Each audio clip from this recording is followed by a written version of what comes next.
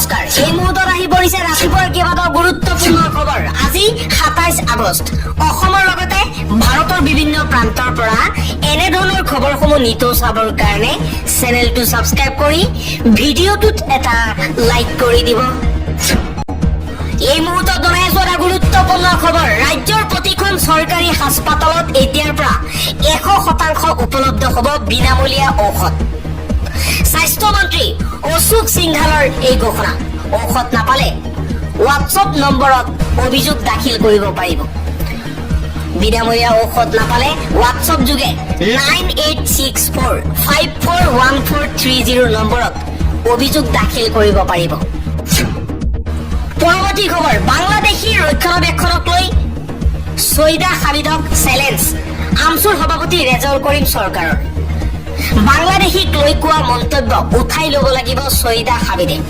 অসমত কোনো কাৰণতে বাংলাদেশী থাকিব নোৱাৰিব সৈয়দা হামিদৰ মন্তব্যক লৈ তীব্ৰ গৰিহণা আমছুৰ সভাপতি ৰেজাউল কৰিম চৰকাৰে কৈছে যে 1971 চনৰ 24 মাৰ্চৰ আগতে যিসকল লোক আহিছিল তেওঁলোকে অসমত থাকিব পাৰিব আৰু 1971 চনৰ 24 মাৰ্চৰ পিছত অহা এজনো লোকক অসমত থাকিব দিব নোৱাৰিব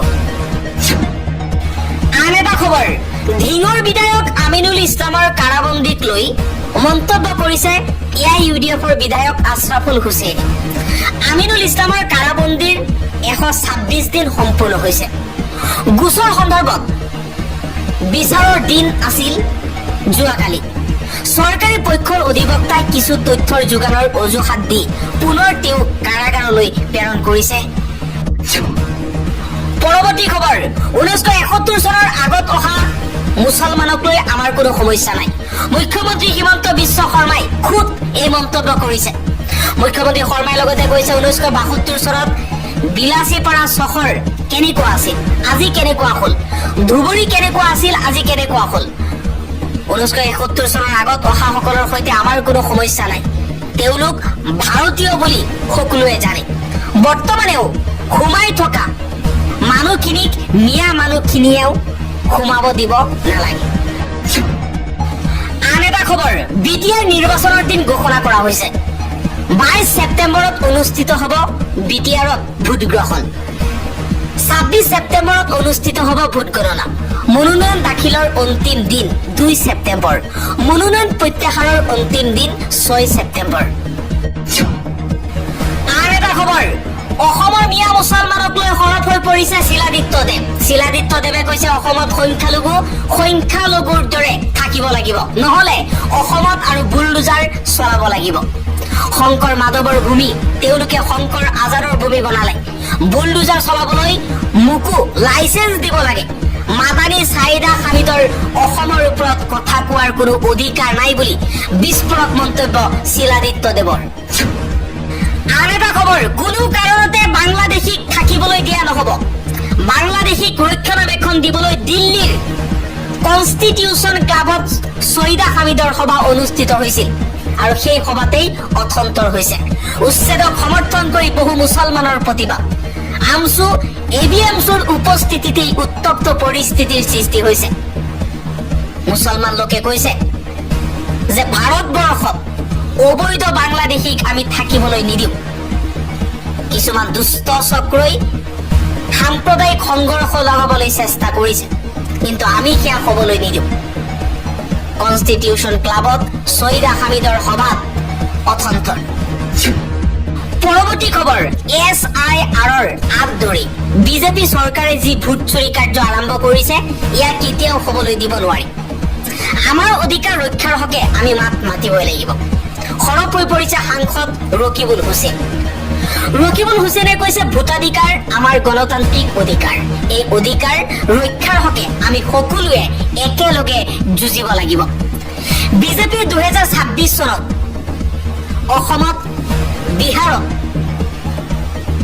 এতিয়া নতুন ভোট চুৰিৰ প্ৰসংগ উত্থাপন কৰাৰ বাবে বেলেগ পন্থা অৱলম্বন কৰি SIR আনি লাখ লাখ ভোটাৰক ভোটাৰ তালিকাৰ পৰা কৰ্তন কৰাৰ চেষ্টা চলাব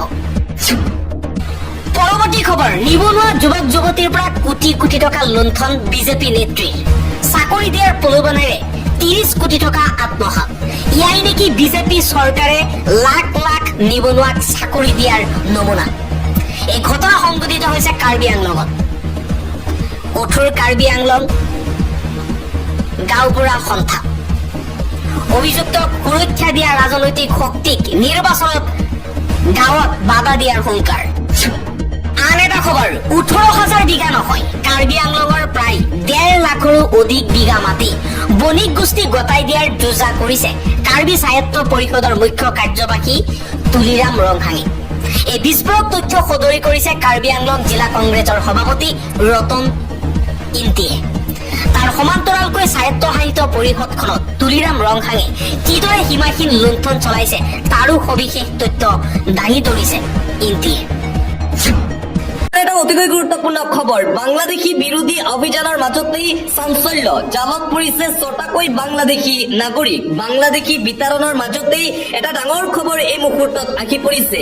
একেলগে আটক কৰা হৈছে 6গৰাকীকৈ বাংলাদেশী নাগৰিকক। মানকাছাৰ সীমান্তৰে অসমত প্ৰৱেশৰ চেষ্টা কৰিছিল বাংলাদেশী কেইটাই। প্ৰকাশ পাইছে বাংলাদেশী কেইটাৰ নাম। ফাৰুক আহমেদ, আবেদা আখতাৰ জালত পৰিছে আৰক্ষীৰ। আৰু পুনৰবাৰ অসম আৰক্ষীৰ এই অভিযান। মহম্মদ ৰাব্বি, মহম্মদ জুৱেল, মিন্তা খাতুন, মিনহাজুল ইছলামো জালত পৰিছে সীমান্ত আৰক্ষীৰ। আৰক্ষীয়ে বাংলাদেশীৰ পুছবেক কৰে বাংলাদেশী কেইটাক।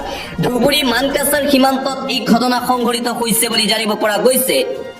এটা ব্ৰেকিং নিউজ, পুনৰবাৰ বিজেপিৰ বিতৰ্কিত বিধায়ক শিলাদিত্য দেৱৰ বিতৰ্কিত মন্তব্য। শিলাদিত্য দেৱৰ বিতৰ্কিত মন্তব্য পুনৰবাৰ।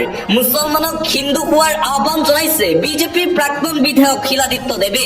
17টা অনুসূচিত জাতিৰ মৰ্যাদা দিয়া হ'ব বুলি মন্তব্য শিলাদিত্য দেৱৰ। এবাৰ মুছলমান লোকসকলক হিন্দু ধৰ্ম গ্ৰহণ কৰাৰ আহ্বান জনাইছে বিতৰ্কিত বিজেপিৰ প্ৰাক্তন বিধায়ক শিলাদিত্য দেৱে। শিলাদিত্য দেৱৰ এই বিতৰ্কিত মন্তব্যৰ পিছতে পুনৰবাৰ অসমত আৰম্ভ হৈছে এক নতুন বিতৰ্ক। অন্য এটা খবৰ, বিটিচি নিৰ্বাচনক লৈ ব্যাপক ব্যস্ততা দেখিবলৈ পোৱা গৈছে মুখ্যমন্ত্ৰী হিমন্ত বিশ্ব শৰ্মাৰ। আজিও বিটিচিত নিৰ্বাচনী প্ৰচাৰ সভাত অংশগ্ৰহণ কৰে মুখ্যমন্ত্ৰী হিমন্ত বিশ্ব শৰ্মাই। আগতে বন্দুক চলোৱা লৰাই এতিয়া ট্ৰেক্টৰ চলায়। আগতে 4,000 ল'ৰাৰ জীৱন শেষ হৈছিল। মই মুখ্যমন্ত্ৰী হোৱাৰ পৰা এগৰাকী মাতৃৰো বুকু সুদা হোৱা নাই, এগৰাকী পত্নীৰো শিৰৰ সেন্দুৰ মোচ যোৱা নাই। বিটিআৰত মুখ্যমন্ত্ৰী হিমন্ত বিশ্ব শৰ্মাৰ উদাত্ত ভাষণ। বিটিচি নিৰ্বাচনৰ প্ৰচাৰ সভাত অংশগ্ৰহণ মুখ্যমন্ত্ৰী হিমন্ত বিশ্ব শৰ্মাৰ। আন এটা অতিকৈ গুৰুত্বপূৰ্ণ খবৰ, এইবাৰ যোৰহাটত শক্তি প্ৰদৰ্শন কৰিছে কংগ্ৰেছ দলে। যোৰহাটত গৌৰৱ গগৈৰ নেতৃত্বত কংগ্ৰেছৰ বিশাল সভা দেখিবলৈ পোৱা গৈছে। এই সভাখনতেই 2026 চনৰ বিধানসভা নিৰ্বাচনক লৈ কেইবাটাও ৰণনীতি প্ৰস্তুত কৰিছে কংগ্ৰেছ দলে। এই সভাত অংশগ্ৰহণ কৰে শ শ কংগ্ৰেছ নেতা কৰ্মীয়ে। আৰু গৌৰৱ গগৈৰ নেতৃত্বত যোৰহাটৰ পৰাই 2026 চনৰ বিধানসভাৰ নিৰ্বাচনৰ ৰণডংকা বজাইছে কংগ্ৰেছ দলে। আৰু আনপিনে 26ৰ নিৰ্বাচনৰ পূৰ্বে মিত্ৰতা সন্দৰ্ভত গুৰুত্বপূৰ্ণ বৈঠকত মিলিত হৈছে অসম সন্মিলিত মৰ্চা। প্ৰধান বিৰোধী দল কংগ্ৰেছক আমাৰ ঐক্যবদ্ধ চেষ্টাত অতি শীঘ্ৰেই সমৰ্থন জনাবলৈ আহ্বান জনাইছো। অসম ধ্বংস হোৱালৈ অপেক্ষা নকৰি কংগ্ৰেছে অসমৰ জাতীয় সংকটৰ সময়ত, বিপদৰ সময়ত, অস্তিত্বৰ সংকটৰ সময়ত ঐক্যমঞ্চত একলগ হওক আৰু এই সংগ্ৰাম আগুৱাই নিয়ক, এয়া আমাৰ আহ্বান। অসম সন্মিলিত মৰ্চাৰ সভাপতি অজিত কুমাৰ ভূঞাৰ এই আহ্বান কংগ্ৰেছ দললৈ। পৰৱৰ্তী খবৰ, সংখ্যালঘু মিয়া লোকক বাংলাদেশী বুলি হাৰাশাস্তি কৰাটো গ্ৰহণযোগ্য নহয়। বিদেশী খেদাৰ নামৰ অত্যাচাৰ কৰা হৈছে ভাৰতীয় নাগৰিকসকলক। ভাৰতীয় নাগৰিকক অত্যাচাৰ কৰাৰ বিৰুদ্ধে একলগ হ'ব মুছলমান ৰাইজ। 1971 চনৰ পিছত অহা বাংলাদেশী খেদাটো চৰকাৰক সহযোগ কৰিব সংখ্যালঘু সংগঠনে। মুছলিম ছাত্ৰ সন্থাৰ সভাপতি আছিক ৰাব্বানীৰ এই মন্তব্য। বাংলাদেশীৰ নামত প্ৰকৃত ভাৰতীয় মুছলমানক হাৰাশাস্তি কৰাৰ অভিযোগ বিজেপি চৰকাৰৰ বিৰুদ্ধে।